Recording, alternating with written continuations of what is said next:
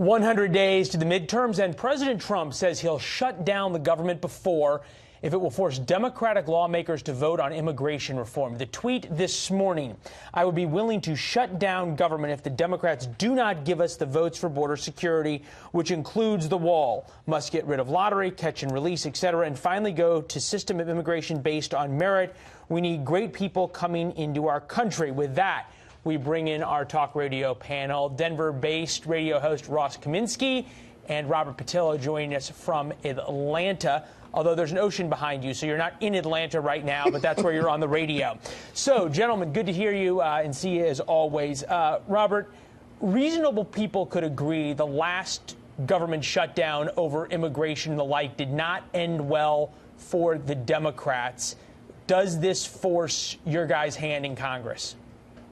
Well, no, it doesn't. The Republicans are in complete control of all facets of government. If they have a government shutdown with Republicans in charge of the House, the Senate, the Judiciary, and the White House, then that's just going to show voters that they are a dysfunctional Robert, we already party. We already have a government shutdown with Republicans in control of the three things you just listed, and it didn't end well for Democrats. Well, I think the primary thing is that it's going to be so close to the election. It's almost as if the Republicans want to step on the good economic numbers, step on the good national security issues, step on all the good messaging by turning it back to a fight over immigration. Nobody wants the wall. Nobody wants to pay for the wall. If Donald Trump can get Mexico to pay for it, then by all means, but we're not going to invest $25 billion plus in building a wall when you can take that exact same money and employ every single homeless veteran right now. You can give them $100,000 a year to patrol the border for the same price of the wall. It's a silly consideration. Ross, is Robert right that the Americans don't want to pay the $25 billion? We were promised Mexico was going to pay for it. So far, it looks like we're going to pay for it and try to send them a bill. You know, it depends which Americans you're talking about. The Republicans want to do it. The Democrats don't. You know, if you look at the whole country, you know, it's like a guy whose head is in the oven and his feet are in the freezer, and on average he's fine, right? That's kind of how I see this issue. To me, the key to this is really the difference in the midterm elections between the House elections and the Senate elections. And what I think President Trump is probably doing here is trying to run up wins in the Senate as much as he can, being willing to sacrifice the House. Take that out one step further in the logic. How does this play better for the Senate than it does for House elections?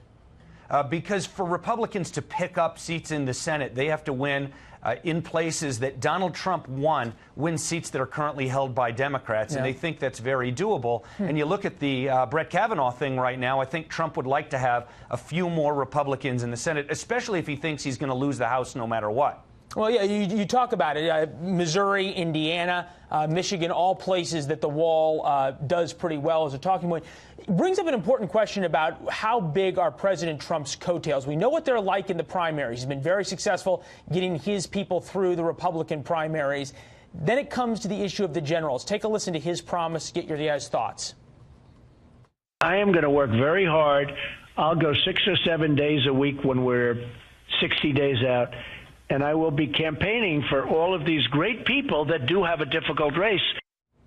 Robert, you guys got a big race coming up, the governor's race down there in Georgia. We know President Trump endorsed sort of the underdog. The underdog is now the Republican nominee. He comes down to Georgia and campaigns for him. Will that make a big difference, you think? Oh, yeah, it'll be great for Stacey Abrams if Donald Trump comes down to campaign for Brian Kemp.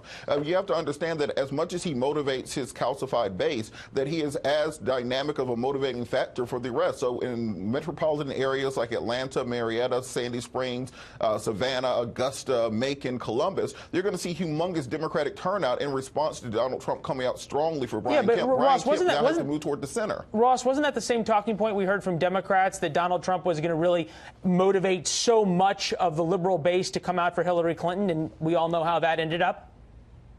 We did hear that argument, but I have to say I don't think Robert's point is ridiculous. And that's why, going back to the thing about Senate versus House, right? If you're talking about, let's say, Indiana, where Trump won by a long way and it's a Senate seat currently held by a Democrat, That's one thing. You talk about a much closer race like the 6th Congressional District here in Colorado with Mike Kaufman. If I were Mike Kaufman, I would not want to see Donald Trump come campaigning for me. So I don't think Robert is way off base. Play that out, Ross, one more iteration. When you say if you were Mike Kaufman, has he talked about that with you? Have you heard that, or is that just sort of from talking to voters in the district? That's talking to my listeners and seeing what's going on locally in a district that Mike Kaufman wins against Democratic opponents routinely, but the district leans slightly Democratic. It's not a red seat by any stretch, and that's where I think President Trump, I think he will be careful. I think he's got advisors around him who will tell him that. And you know what? If someone says, Mr. President, please don't come, he's not the kind of guy who's going to come anyway. He wants to be loved. Yeah, well, that's true. And also, there's a lot more places that want him than he has time for, even with 6 or 7 days a week out on the road. So he's got choices. Ross, Robert, great and insightful conversation. We'll talk to you guys sometime soon.